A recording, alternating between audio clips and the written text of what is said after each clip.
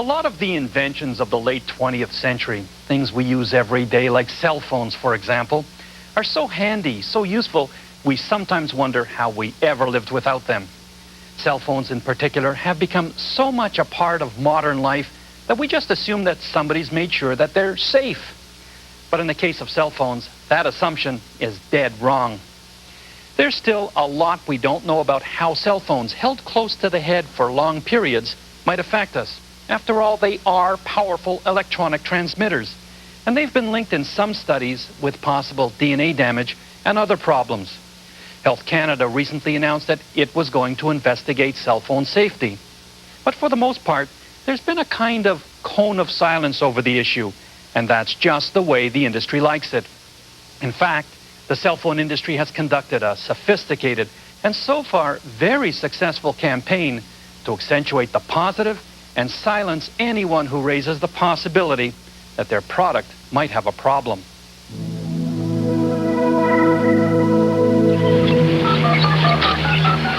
They are everywhere.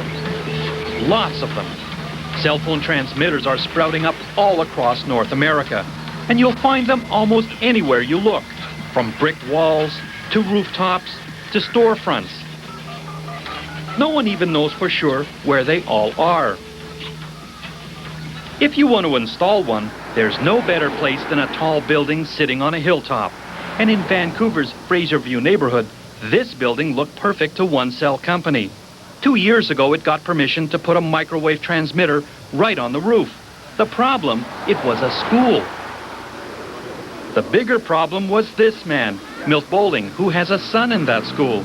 And as far as he was concerned, they would put up that antenna over his dead body. The cellular company approached the school board, and what they made an arrangement to do was to put transmitters and receivers on top of this 85-year-old school, and in exchange for annual rent. How much money are we talking here? Well, I'm not sure exactly. They keep that confidential, but I believe it's around $9,000 or $10,000 a year. Milt wanted to know if the darn things were safe or not, and to his surprise, he couldn't get a straight answer from anyone. My concern, I guess, is worst case. If the best scientists in the world can't agree that it's safe, who is anybody else to say that it is? So Milt mobilized the neighborhood and eventually got the school board on side. There would be no antenna on this school. So you won.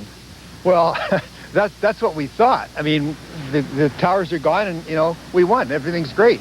But then we get this. The church across the street is approached by another cellular provider, and they donated this cross to the church, and hidden inside the cross is microwave transmitters and receivers. Oh, you got to be kidding. No. They put a microwave transmitter in the cross. In the cross, yeah. Taking on the school board was one thing, but the almighty, Milt, didn't hesitate. You must have been popular with the church board? I would doubt that. But finally this. A beaming Milt watched as a giant crane took the microwave antenna out of the cross. He had taken on church and state and won. Hey, Mom. But the fears about the towers are quite small. The real concern is what's at the other end of those towers, the cell phone itself, and the invisible microwaves that hover around the small antenna stuck right next to your head. The cell phone companies will tell you the device is perfectly safe. The booming industry has a lot riding on those claims. Today, more than 4.9 million Canadians use a cell phone. Joanne Basile represents the global cell phone industry. How large is the cell phone industry? How big is it? What is it worth? The industry in the United States last year was estimated to be over $29 billion. There are about 67 million customers. This is big time. This is a large industry that has grown in a very short period of time. And David Raynard dared to take it on. He's a St. Petersburg, Florida businessman whose wife Susan died of brain cancer. She had been a chronic user of this type of phone, and Raynard believed the cancer developed right where all those microwaves hit her head. Her tumor was left parietal, and basically she was right-handed. Now, if you use a cellular phone, you usually put it in the other hand so that you can write. And it was right here right in line with the antenna in this part of the brain right here. And so Raynard launched a lawsuit against the cell phone industry. Could cell phones really cause cancer? The U.S. media were all over the story after CNN's Larry King Live gave him a national audience. Welcome back to Larry King Live. When did you start to think this has something to do with a cellular phone? I think when I saw the first MRI and saw the location of the tumor. You created quite a stir, front page news, even stock market prices were affected. That's true. That's true. But that wasn't my intent. And Susie would say that if she was here. What we really wanted to do was to make the public aware of what was going on and what they were actually doing. Nowhere on this device does it say that this is a microwave device and that microwave has been proven to have harmful effects. The cell phone industry admits it was paying close attention to the David Raynard lawsuit. Was there serious anxiety within the cell phone industry? I mean, when you hear cancer, brain cancer, you got to think, oh my God, this is the last thing we need to hear. Well, I think there was anxiety. I think perhaps it was more concern on the part of the industry. Do you believe that cell phones are safe? Of course I do. I would say that the mainstream research suggests that there is not a problem with respect to cell phones. Well, it's just complete balderdash. Stuart Fist is a technology writer in Australia who has spent years studying the industry. He says a lot of the research raises serious concerns and that the jury is still out on just how safe cell phones really are. You've got to remember this is the first time in history we've ever put a transmitter right up against the side of anyone's head and switched it on. And that's what bothers Dr. Ross Adey. He's a prominent research scientist in California who says we have to know more about the possible harm to our health. If it's against my head, then about 40% of the energy will go into my head and into my hand. So the problem really is in the antenna pressed up against your head. Right. And the radiation coming from that. Yeah. In using the phone like this, you are in what is called the near field, which means that the oscillations, 800 million times a second, 1600 million times a second, are magnetically coupled into your head. And it's in this near field with this oscillating in your head that we have to be concerned about? Yes, I really believe that. Were the concerns raised by the Raynard lawsuit a real danger or a false alarm? The truth was, no one knew for sure. The industry had been telling the public that cell phones were proven to be safe, but then had to admit that the science was at best incomplete. The cell phone industry needed to find a way to reassure their customers that everything was fine.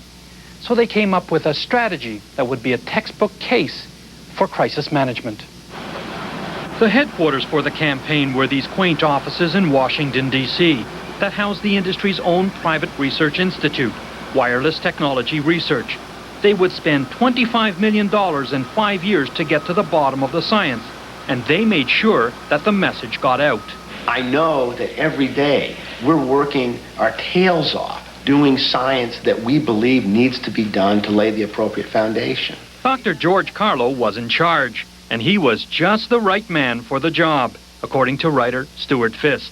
WTR was set up under Dr. Carlo, who was fairly well known as a scientist who worked for various industry associations like the chlorine industry. He was a consultant to them on the dioxins problem, and before that he worked on nuclear power, and since then he's worked on breast implants. I mean, Dr. Carlo is a sort of epidemiologist who runs an organization that will produce science for certain industry associations.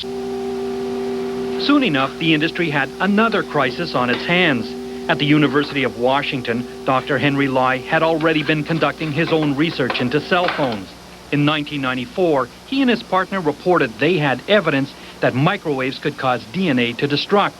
Normal rat DNA looks like this, but when zapped with microwaves, Lai found it could break up.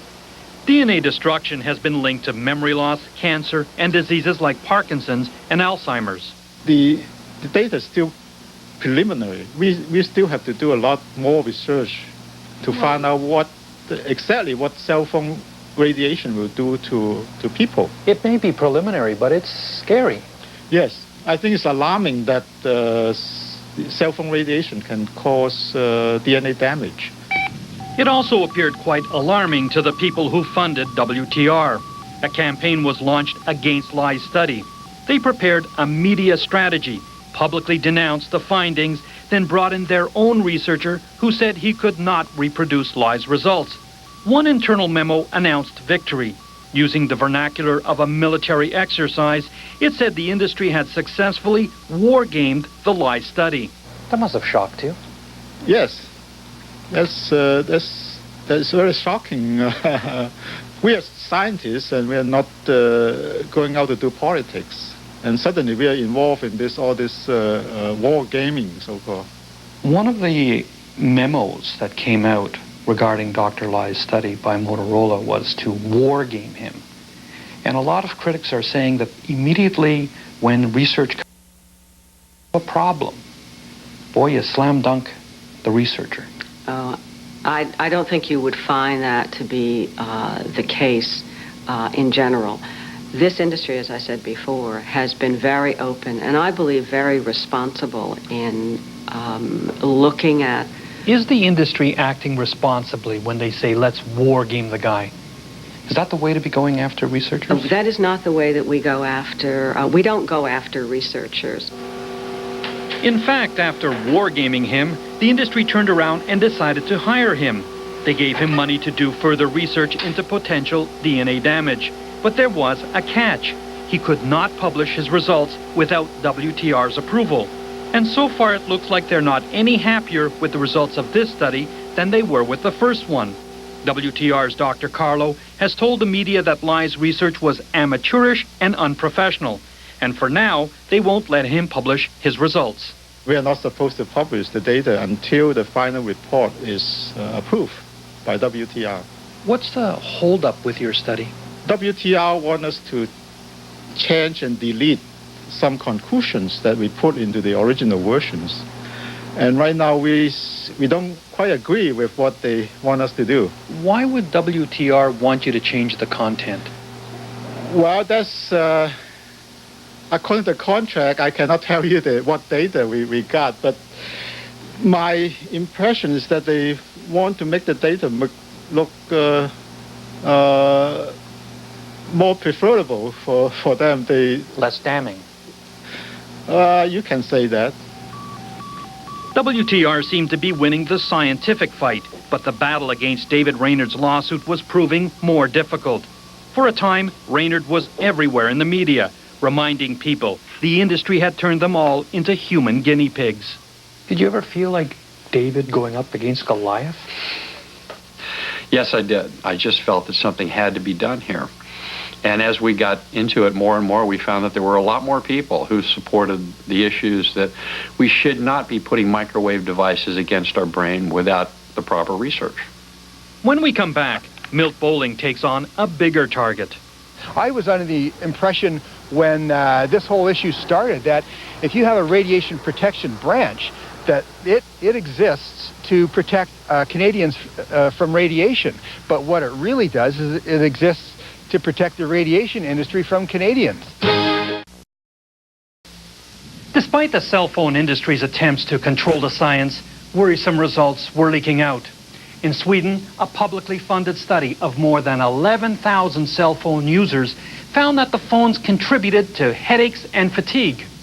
And in the fall of 1998, a team of independent scientists concluded, without a doubt, that cell phones had a biological effect. Still, there simply isn't enough evidence to conclude with certainty that cell phones are harmful to human health.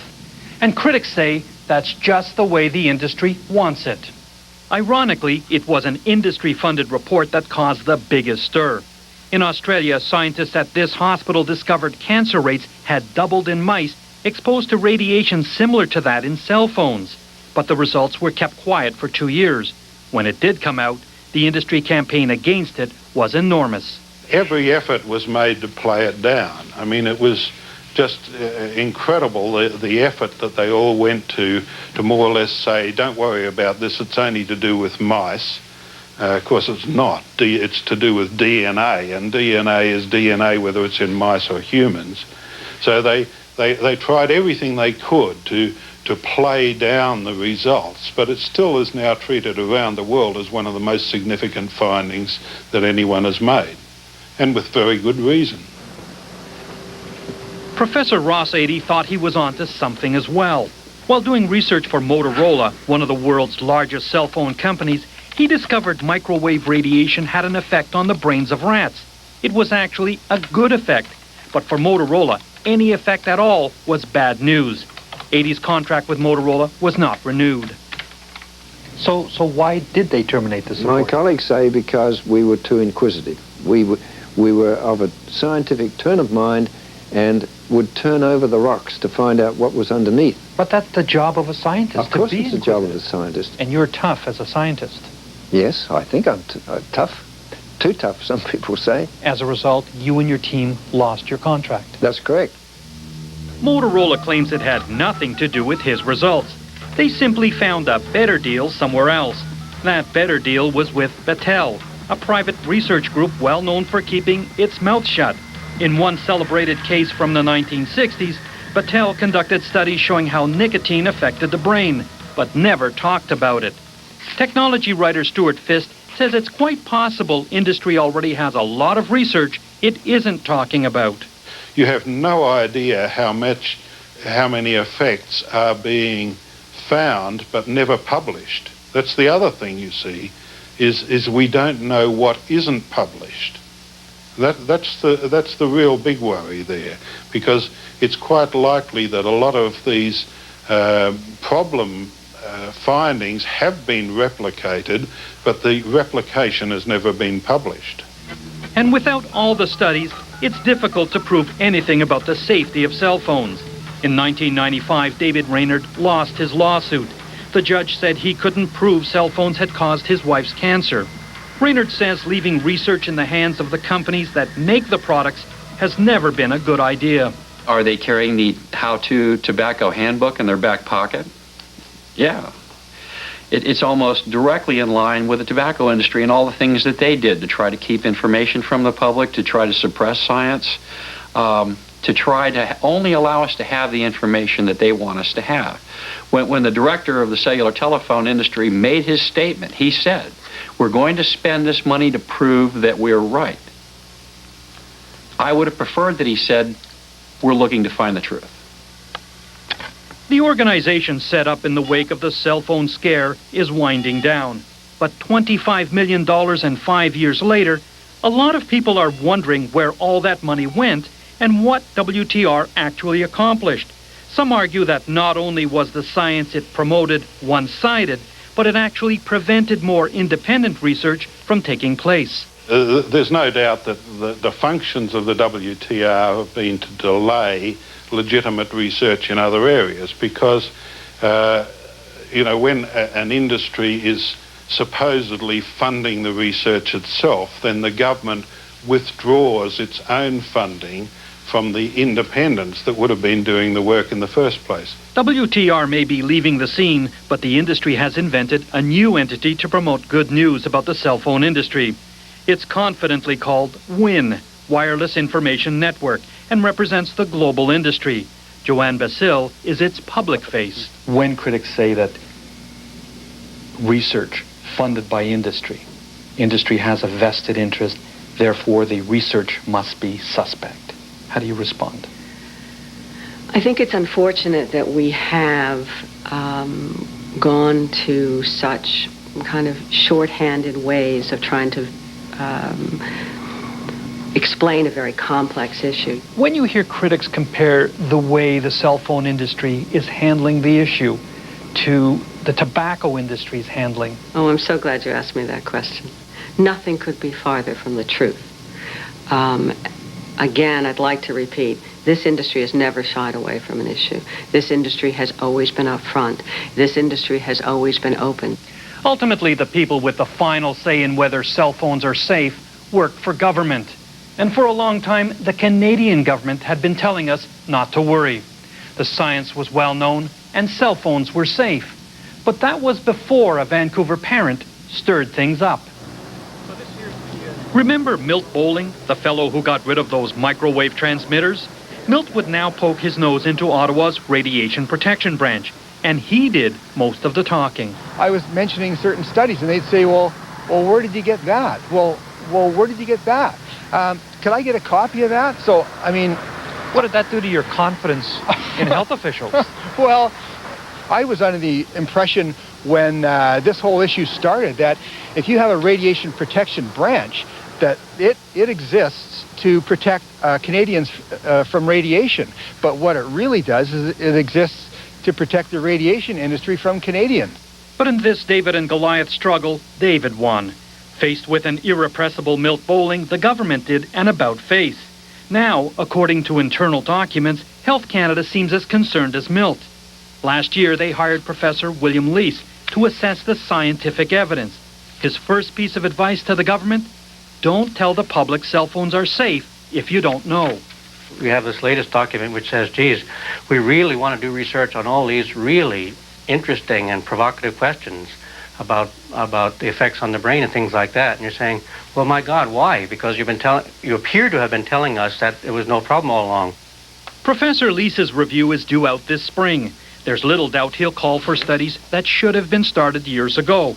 And he'll be very clear on one point: keep the research public. In the United States, the cell phone industry is funding a lot of the research. Is there not a vested interest here? Well, of course there is.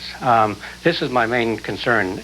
Where you have a technology with massive uncertainties in our knowledge of the risk factors, what you want is the most credible research, and that is always independent research. I think it should always be done in university-based centers, and everything should be out in the open. David Raynard's lawsuit is behind him now. He thinks of his wife Susan often, and says he's content knowing he helped put the debate on the public agenda. Do you ever think that the time will come where you will be vindicated, where what you say was a fact, is a fact? I don't know the answer to that question.